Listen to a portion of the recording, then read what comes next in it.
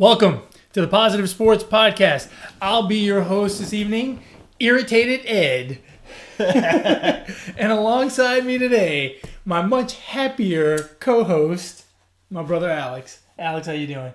I'm doing fabulous. I'm doing so good that I found out. How good are you? So good that I found out this morning.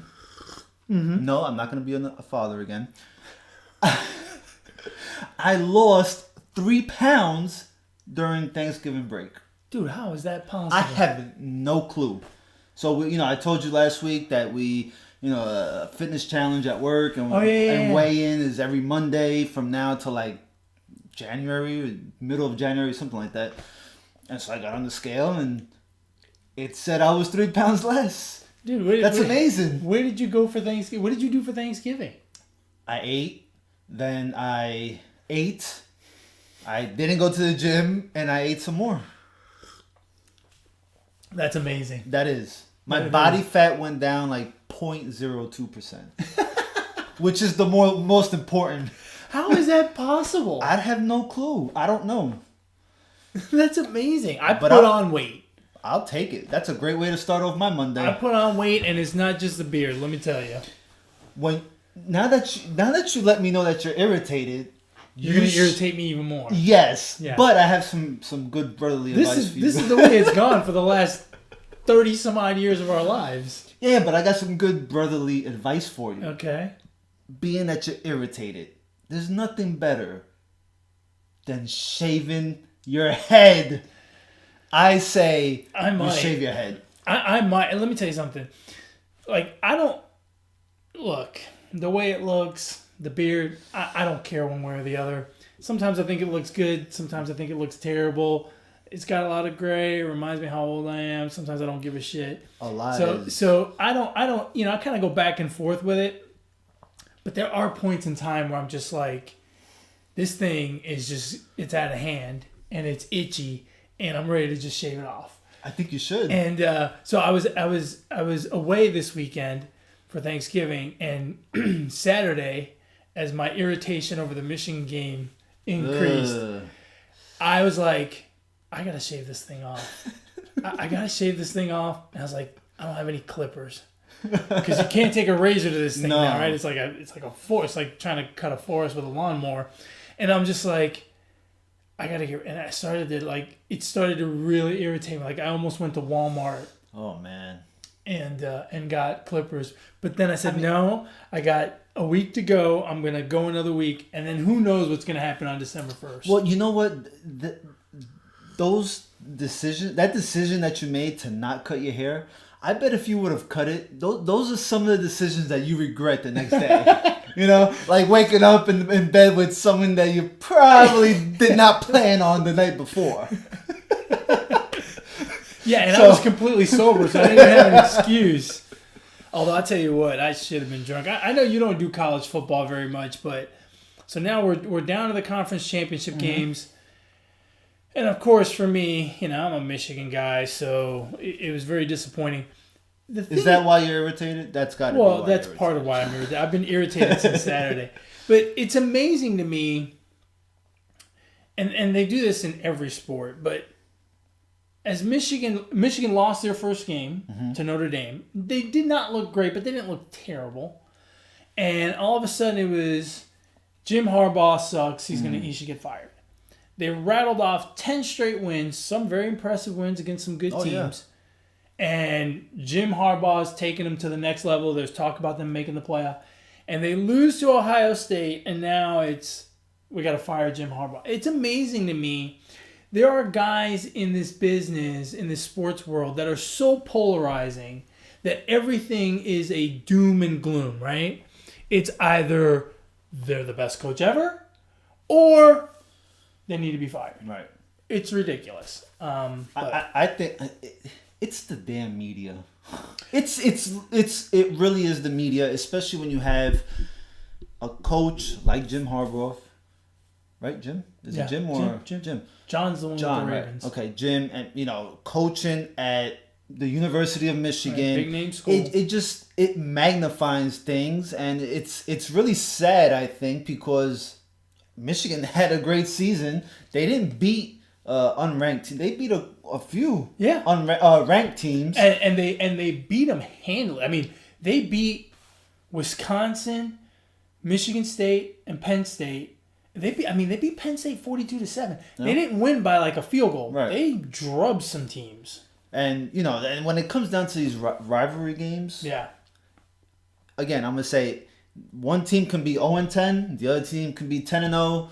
Don't take the 0-10 team lightly, Exactly. Not that Ohio State was 0-10. I mean, right. they're a good team as well. They've had a pretty good season as well, so it's not like they got beat by. No. But there are guys that are just polarizing where you just get these, and I'm just like, look, when they lost to Notre Dame, I said, look, it's the first game of the season. Let's see where this goes before we condemn the guy.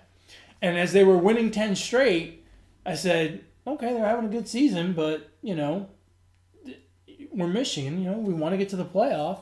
And after they lose to Ohio State, they don't get to the playoff, and I understand that, but they're still having a great season. I wonder if there's a way for them to still get in. No. There's no possible way at all? No, the Big Ten is not the SEC. Yeah. The SEC, you can... They're going to have, 2 teams? The SEC... Well, the argument now comes down to, I think Notre Dame is done, and they're undefeated, so they're in. Mm-hmm. Clemson, I think even if they lose their conference championship game, it's against Pitt, they're probably going to get in. I mean, they've unblemished this season, so they're going to get in. Alabama would have to drive their bus off a cliff and they still win. Get beat by 50 for them to drop out of the top. If they lose to Georgia this weekend, they're not going to drop out of the top 4. And then if Georgia beats Alabama, they're going to get into the top 4, so that'll be it. The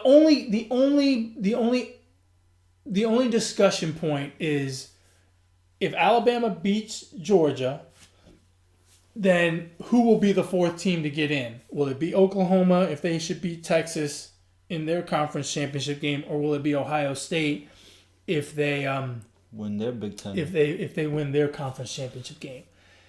And I personally think it would be Oklahoma, because Oklahoma, their loss is to Texas, and they would avenge the loss in the conference championship game. Ohio State would not get that opportunity, and they got beat by 29 by Purdue. So, Oklahoma lost a close game to Texas, and they would avenge the loss.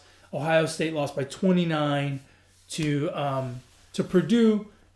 So it's neither one of them has great wins on their schedule. Ohio State has the bigger win in beating Michigan by 23, but other than that, it's pretty. Who? So they would play Purdue? No, they're playing Northwestern in the conference championship game. But I'm just saying, if you compare their losses, gotcha. Oklahoma's would be a better loss, and they will have avenged it, right? Whereas Ohio State's loss is ugly. See, that's why I just can't get into college football. I mean, if Alabama loses, like you said, they're still going to get in. They're still going to be 3rd or 4th. Well, and here's my problem with Alabama. In a situation where not everyone plays everyone, right? Where you have to rely on rankings,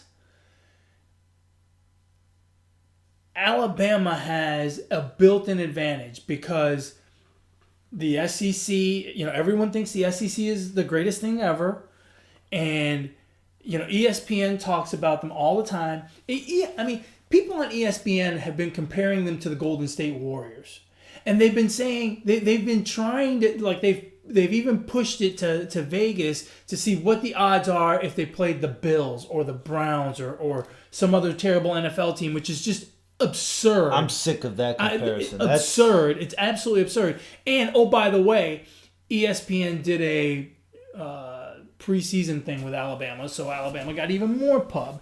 And it's just not right. Do they need any more publicity? Yeah, it's just not right. If they lose by 2 touchdowns, if they lost by 2 touchdowns to Georgia, I bet you they would still end up in the top 4. And to me, that's wrong. I'll say this about Alabama, though. because about the national championship is about all I watch, and well, they've been in it most of the time. Yeah, they're good. I mean, they're very good. The talent that they have is, it goes noticed. Yeah, no, they are. They're very good. Don't get me wrong, but I think this season it's to the point where it doesn't matter what they do on the field; they're still going to be in the top 4, and I don't think that's right. I'm telling you, I don't care who wins at this point because my team's out, and I don't particularly like to root against other teams. I just don't give a shit. If my team's not going to win, I don't care. Yeah. But I almost want to see Georgia beat Alabama by, call it a touchdown. Call it 10, right? Mm-hmm. And then I want to see Oklahoma beat the brakes off of Texas and see if Alabama drops out of the top 4. And I'm willing to bet they don't. And to me, that's ridiculous. Whatever the scenario is for some controversy, I'm all for that. I think that's the scenario. That's the scenario. The other scenario is Alabama winning and Oklahoma and Ohio State winning convincingly, and then that'll make the Oklahoma-Ohio State discussion go ad nauseum. So, okay. You know who's doing the No Shave November? I just saw Marcus Mariota. He's got a. Is he? He's just doing the mustache, and it's looking. He's looking nice. The porn stash. On him, that's exactly what it looks like. That's why I didn't do the mustache, because I think it makes me look like a porn star. You're married. Yeah, he's probably not even married. And I don't know, but even if you're not married, I don't think a porn star is ever a good look. You know, get your Ron Jeremy on. Get your Ron Jeremy on. Nah, I don't think so. Grow the hair out. Yeah, add there on you go. A few more pounds. Jeez. Well, you mentioned football. We're watching the Texans and the Titans. Texans just, all of a sudden, they're up 14-10. I thought you told me it was 10-0. It was, until the Texans scored 2 touchdowns and made it 14-10. Okay.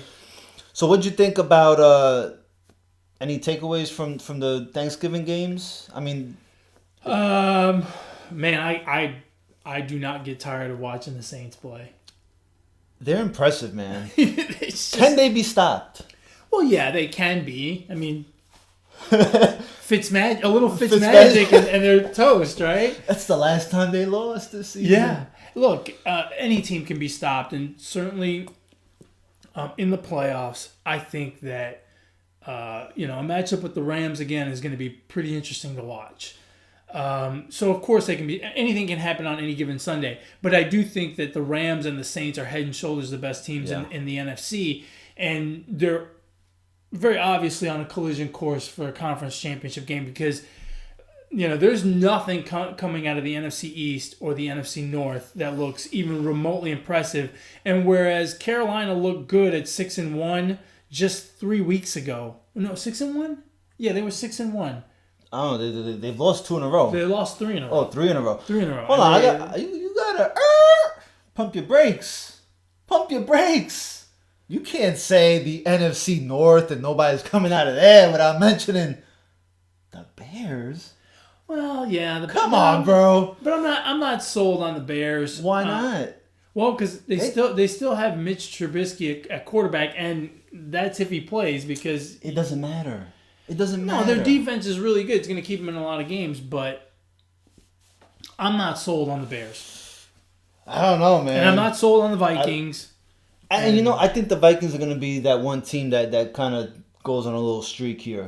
Because I think last night we seen a complete game from them. I'd agree with you. Right? It was like you saw the defense, you saw the run game. Obviously, the passing game was there. Mm-hmm. I mean, Kirk Cousins threw for like 350 yards. So, but I don't know how much that's due to how bad the Packers are. Because the Packers are not that good. Packers suck. I hate to say it. I've told you this. Yeah, no, you have. And I watched the game pretty closely last night, and I'll tell you what I saw. I saw an old Aaron Rodgers. He looked...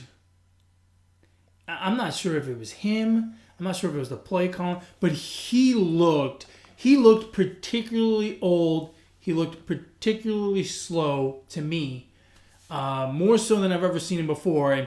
And I hate to say this, but Since he won the Super Bowl, what was it, 9 years ago? Yeah. Something ridiculous like that. Since he won the Super Bowl 9 years ago, he hasn't done much. No. In the playoffs. And he is looking a step slow this year to me. And look, the Packers are not going anywhere unless that guy is top notch. And I thought he was going to be. And another thing, he has no help.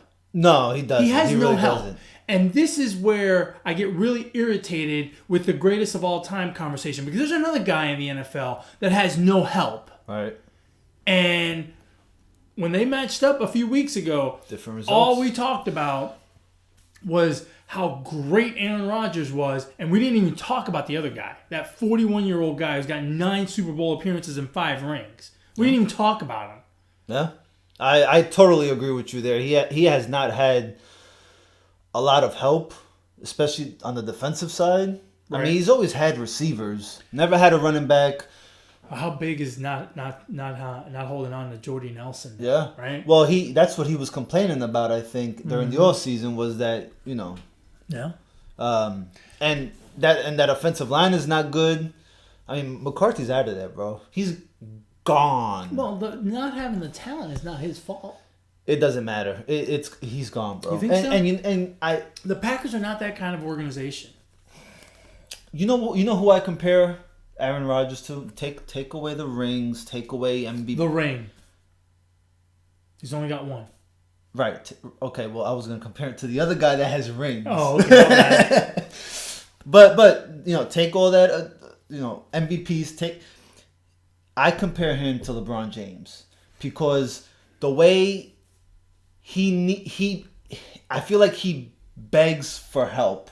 Like I seen it last night. He was looking for the call out, smacking the ground. He got mad. He doesn't like. He has a fit if it's not going his way. He has a fit if he doesn't have the players that he wants beside him. Very comparable. That's I'd never thought of that, but that is that's pretty legit. And if you follow me on Twitter at BrooklynGacho8, I was gonna go on a rant last night because I said it. If Aaron Rodgers does not come back in this game last night against the Vikings and wins, then I was gonna go on a rant and compare him to LeBron. But I truly believe that both of those are comparable. That's not a bad comparison. Yeah, that's not a bad comparison at all. So, but yeah, no, they're not coming out of there. They're not making. They're not making the playoffs. What do you think about? Let's move to the AFC. Well, wait a minute. We can't leave the NFC just yet. Why not? Well, we got to talk about the NFC East. Only because that shit show is going to be interesting to watch. Well, it's an invitation to who's going to get knocked out in the wild card. Yeah, probably by the Seahawks or something like that. I don't know. Dallas. It's amazing. Dallas looked good, but hey, man, what are you doing? My phone's ringing. Hey, it's Mom. Hey, we're in the middle of a show. Should I tell her? No, we're in the middle of a show. I'm hanging up on Mom. I'm gonna tell Mom that you told me to hang up. How unprofessional of you. I knew it was going to happen one day. Jesus.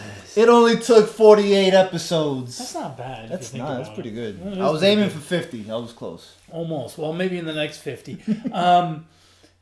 What were we talking about? I don't know, but you hung up on Mom. That's what I'm telling her. You were talking about the NFC least. Oh, yeah. It's a shit show, but it'll be entertaining to watch. If the Eagles win next week, is it a 3-way tie up at the top? Am I right? That I'm not sure about. I stopped watching a long time ago. Yeah, if the Eagles win and the Redskins lose, it's a 3-way tie at the top. Someone's gonna win that division at 8-8 and go in the playoffs. I won't be surprised if it's 7-9. I really won't be. It'll be more than that because they already got 2 teams at 6-5. Oh, okay. So someone's gonna make it to 8. Well, you would think that one of those teams can win 2 more. They play each other a whole bunch. True. It's that amazing. Terrible. It's amazing how that division has gone from like the best division, right, to the worst. To the worst division. It's the worst division in all of football. Is it? What's worse? AFC East.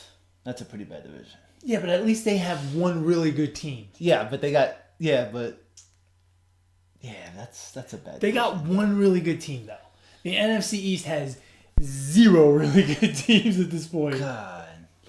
Could you imagine the Bills, the Jets, the Dolphins, and the Giants in one division this year? That's horrible. Can you imagine if they merged those two divisions? What those games would look like? Jeez. Oh. Who else? What's another bad division? The West is pretty bad. The NFC West.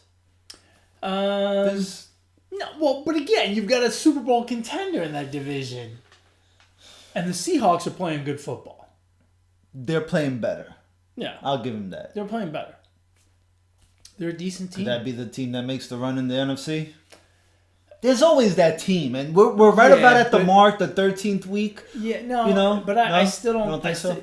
I mean, I get what you're saying, but this year with those two dominant teams at 10-1 right now, I don't see it. A little too much. It's a little too much for someone to get hot. Certainly, the Vikings could. They're a good football team. The Seahawks, but I just don't see it this year. To me, the Saints and the Rams are head and shoulders above the rest. That's my line, by the way. Well, you use it inappropriately. Well, the team that I say is head and shoulders is head above. Maybe not shoulders, but it is head above. They're one game up on the Patsies. They lost to the Pats. I think the Vikings are the team that might go on a little run here at the end of the season and maybe make some noise. They've got the tools, and the Bears are good, but I don't trust them yet. Quarterback. Well, that's important in the playoffs. Yeah, very. And we don't know about Trubisky. Speaking of quarterbacks, what exactly was Ben Roethlisberger thinking on that fourth down drive? I mean, there were 2 Broncos. Well, on the drive he was good. On the last play, I mean, what was that? He was off balance. He wasn't even set, and he just he says he didn't even see him. He was engaged with the other lineman. I'm like, I think he was first of all, he's a linebacker. The guy. Those guys. I mean, the Broncos are wearing those, bright orange. How do you not see that guy? There was 2 of them. There wasn't one. There was 2 of them. There's no way he's making that catch. I mean that's a case of just not having a good enough excuse and just I didn't see him. Yeah, Hey, that's it. I didn't see his bright orange. If you think about it, that's a pretty good excuse. Hey, look, if I saw him, I wouldn't have thrown it. Exactly. Duh. See? Apologize to Big Ben now because it's a shame. Look, they're still in control in that division. Oh my God. The Bungles. Yeah, you're oh, look at that. Gone. Oh, fantasy baby, is that Lamar Miller? Tell me if that's blue, I'm walking out the show. Yeah, no, I'm not. I'm really not. That's is that Miller? That's Miller. That's Miller. Fantasy lives matter. Yes, there's a God. Points, baby. Yeah. I picked him up via trade too. Did you? Someone traded him to you? Yeah. He just peeled off like a 95-yarder. That's awesome. Wow. Screw you, Kamara. I hold a grudge against Kamara. Well, actually, Sean Payton for only giving the ball twice. Do you still have him? Of course, yeah. My God, that's a 97-yarder. Damn. Whew. Wow, the Texans are looking good.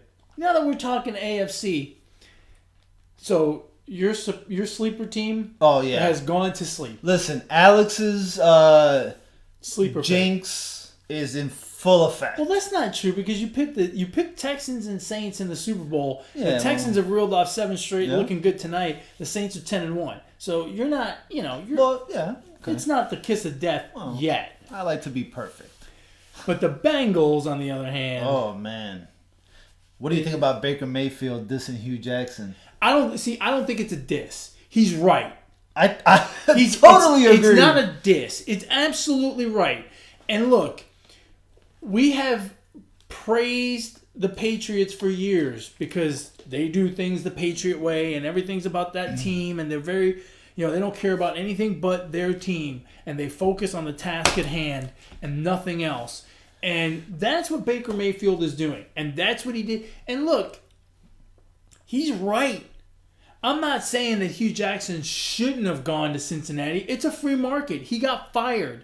If you don't think he was good enough to be on your team, then he can go wherever he wants, and you shouldn't hate him for it. Right. But that doesn't mean I have to be chummy with him when he goes and he signs on with a team that's a division rival. I mean, look, you have to look no further than the Cincinnati Bengals.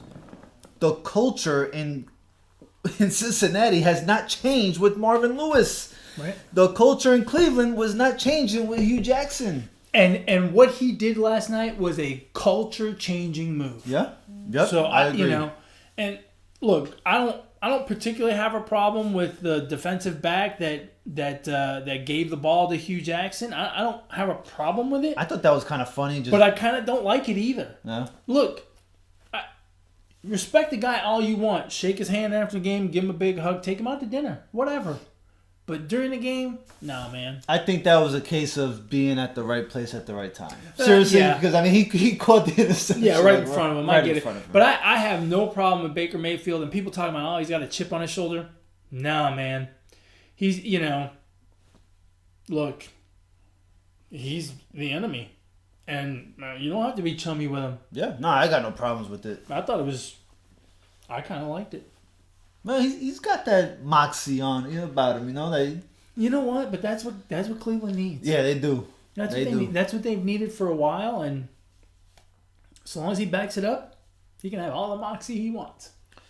And then you got the Ravens in that division that they're quietly winning games. They're quietly going to make the playoffs if people aren't careful. Yeah. The problem with them is their quarterback situation, right? Because, and I don't know where I land on this. What do you think about Lamar Jackson? I think he provides them necessary plays. Like, I don't know. A scrambling quarterback doesn't last very long. Chances are he's not going to last in the NFL. Right. So then what do you do? I mean, you have Joe Flacco who you're paying a ton of money. Well, I think you have to play him more, Lamar Jackson, because he's a I won't say a game changer, but he does provide something for that offense. And look, Joe Flacco's not that good. No. Joe Flacco had one hot run, and it was a great run, and he cashed in on it, but he's not that good. He's just not.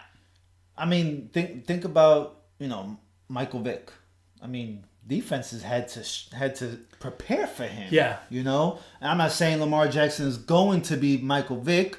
He could very well be one day. He doesn't throw the ball well enough. Right. Everyone thinks of Michael Vick as a scrambling quarterback and whatnot, but Michael Vick had an arm. And he could put it where he wanted. So it's kind of unfair. Every time we talk about running quarterback, we want to compare him to Michael Vick. Easy. He could also throw, and Lamar Jackson can throw, but not quite like Michael Vick. I guess the Ravens really need to decide which way they want to go this offseason, right? Because what are you doing paying this guy all this money if well, it's not even a money thing. It's how you structure your team, right? Right, but you can't structure a team if you're paying this quarterback $25 million a year. Right. You got to make some room. It's not. My point is, it's not just a financial thing. It's an X's and O's thing, right? Like how are you going to structure this team to work going forward? I don't know. I will tell you this. I think that's the right guy to do it. Yeah. I think if there's a coach that can do it, meaning have Flacco and Lamar Jackson and have kind of a hybrid offense, I think John Harbaugh is that guy. Why? But it's a tough task. Now, why hasn't John Harbaugh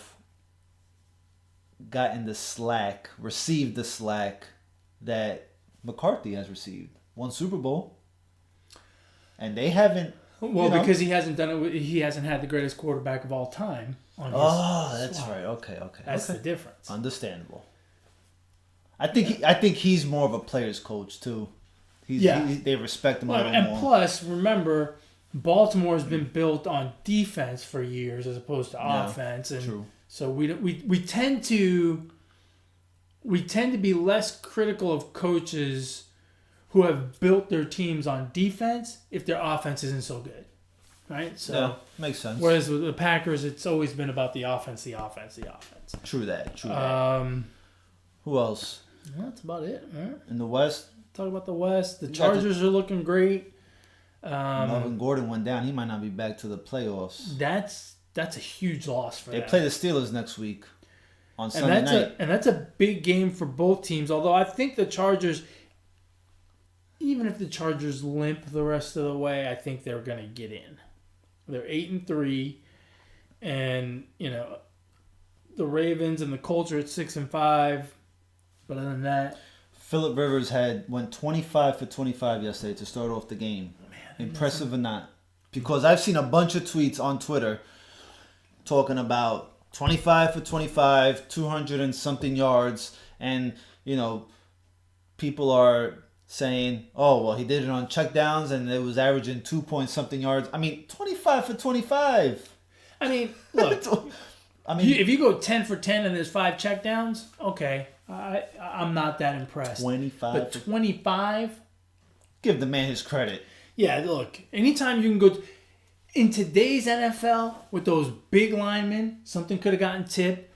Those safeties and linebackers and whatnot, hitting receivers when they catch the ball. I mean, anything could happen. To go 25 for 25, that's pretty impressive in my book.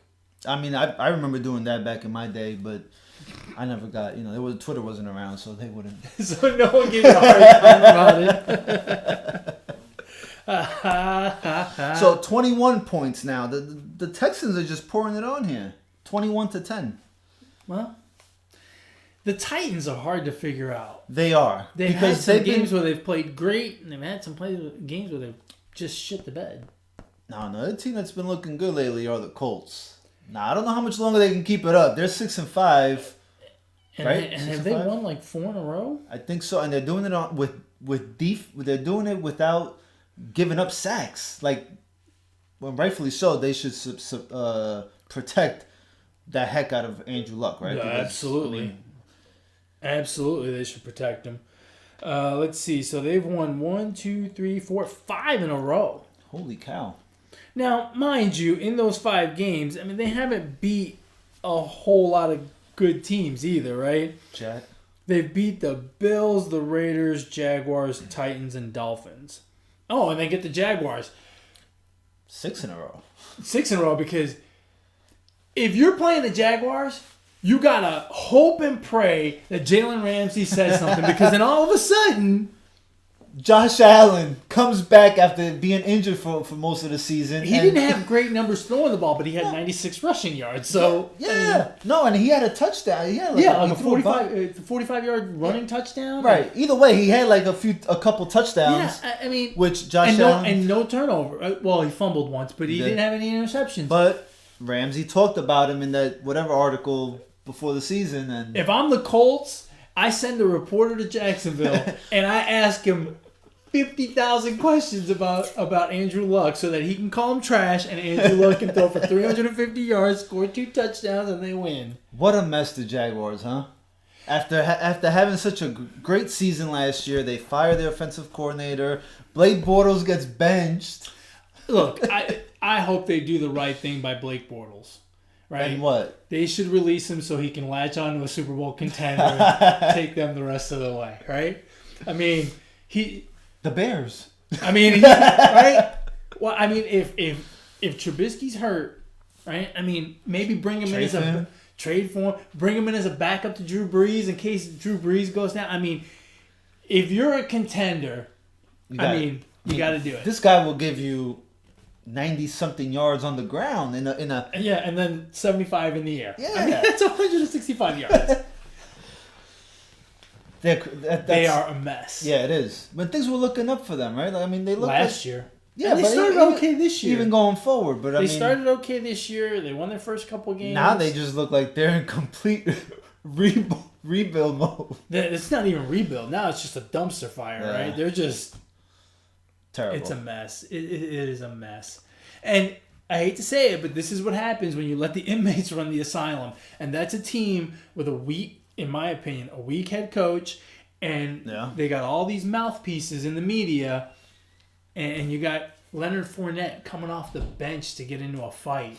He's suspended for one game now. Did he get suspended for a game? Yeah, he got suspended for a game. I mean...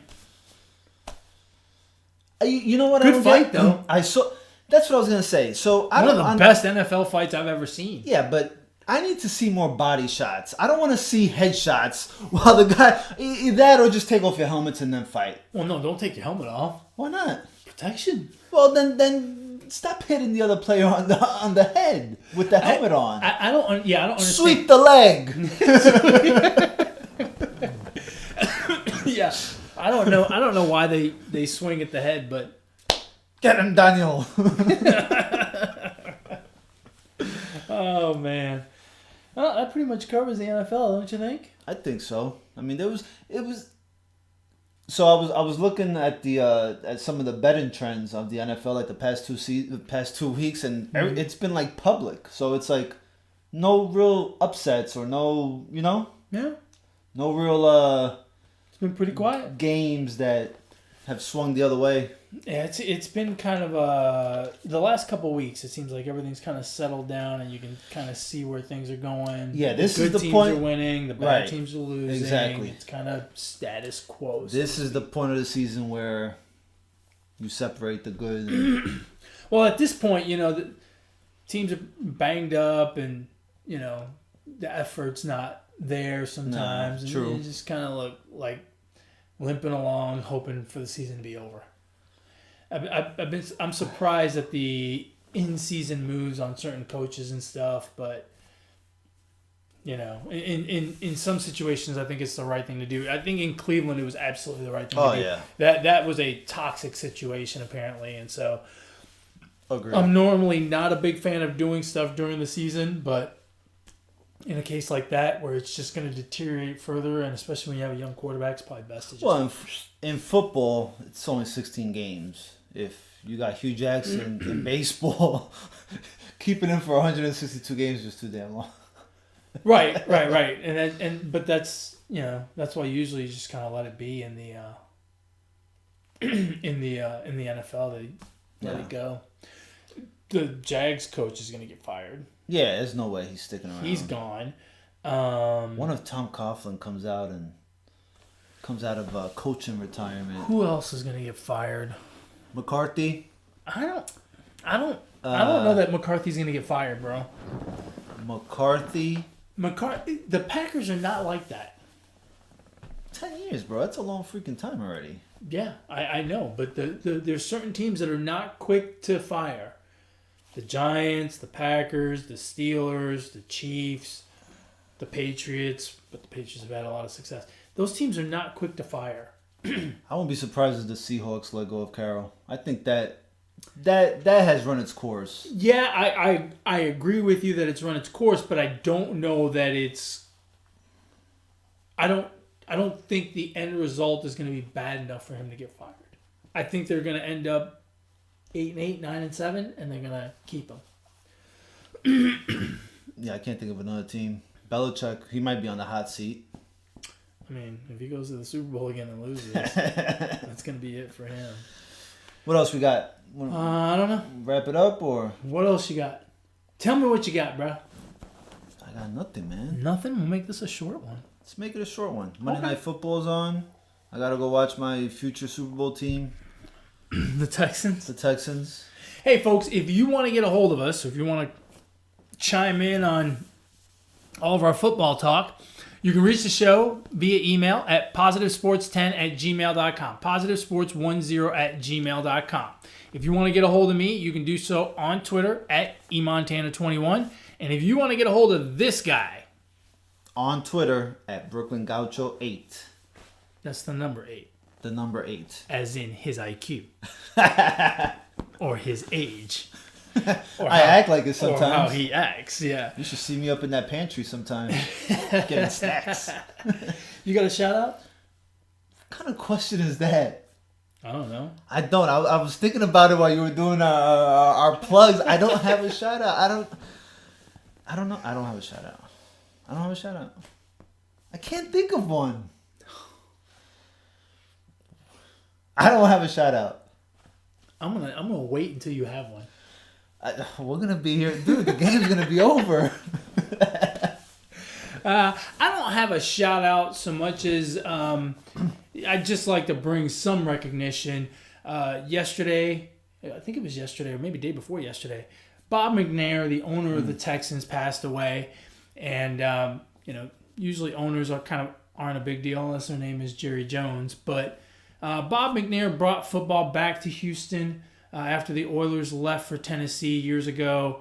He was very instrumental in bringing the Texans, bringing about the creation of the Texans, and he was instrumental in bringing an NFL team back to the city of Houston, which, quite honestly, when they didn't have a team here, it kind of felt weird that a city this large and in the state of Texas didn't have a team. So I guess I don't know if it's a shout out or thank you or whatever, but I guess my heartfelt thanks to Bob McNair, and thoughts and prayers to his family, and I hope everything goes well. I know that's definitely kind of a somber shout out, but you get my point. I'm very, very happy we have the Texans here, and I think it's kind of cool that as much work as he did to bring the team here. So for that, I am grateful. I'd like to see the Texans go far. Yeah, sometimes teams, when stuff goes wrong like that, seriously, right? Yeah. Like the Boston Marathon bombing, the Red Sox won the World Series. Last year with the hurricane. The Astros won the World Series. Is it right to think like that? Seriously, are we going to hell? No, I'm probably still going, but... No, if you said, yes, he died, we're going to win the Super Bowl, that would be bad. Right? Like, if you were like, maybe this is a good thing. I'm going to put out a hit on this guy. Yeah, that would be bad. But no, right, it happened. A lot of teams use it as an impetus to go forward. The Patriots won when Bob Kraft died. Bob Kraft, when his wife passed away, who was very close to the team. So it happens quite a bit. Yeah, it does. And additionally, you have to have a good team, right? Because when Art Modell died, it didn't do anything for the Browns because they were terrible. Still hasn't. Yeah, apparently not. But the Texans are a good football team, and so who knows? Agreed. They're going to have a good season regardless. So, episode 48, famous 48. Fuck, you got me again. I don't. 48, Troy Percival. I don't know. Do you know that we do a podcast every week? Are you not aware? Did you not get the memo? Do I need to remind you that we do a podcast? I was voted the most unprepared student in class ever. Back in pre-K. Quite honestly, I can't think of a 48. I got one. Yes. I got a good one. A good one. You don't have one? No. Torrey Hunter. Oh, that is a good one. I like Torrey Hunter. He's good. He was awesome. Good baseball player, good person. Good dude, yeah. Robbed Barry Bonds of that home run in the All-Star game. That's exactly what I remember. I remember that more than anything else about Torrey the guy. Hunter. That's right. Let's see, 48. We're getting up in numbers where we're going to have to, baseball players will almost be out of the question. It'll be football, pretty much. Yeah? 48. And then, after 99, we're screwed. I got one for 100. Did you wear number 100 when you were a kid? No, but Will Chamberlain scored 100. Yeah, he didn't wear on. And then Damn it, I gave it away. And then when we do podcast 20,000, you can go to Will Chamberlain again. For how many points he scored? No, for how many chicks he bagged. Do I have to explain everything to you? Damn, that's a lot of chicks. Yeah, well, it's legend. I think it's legend, but whatever. Anyway, so we've come to the end of another wonderful episode of the Positive Sports Podcast. Again, if you guys want to get a hold of the show, positivesports10@gmail.com is the email address for the show. If you want to get a hold of my brother, you can do so on Twitter at BrooklynGaucho8. If you want to get a hold of me, you can do so on Twitter as well at eMontana21. And as always, folks, we appreciate you listening. We appreciate your time. But more importantly, ignore the negativity. Be the positivity. Peace.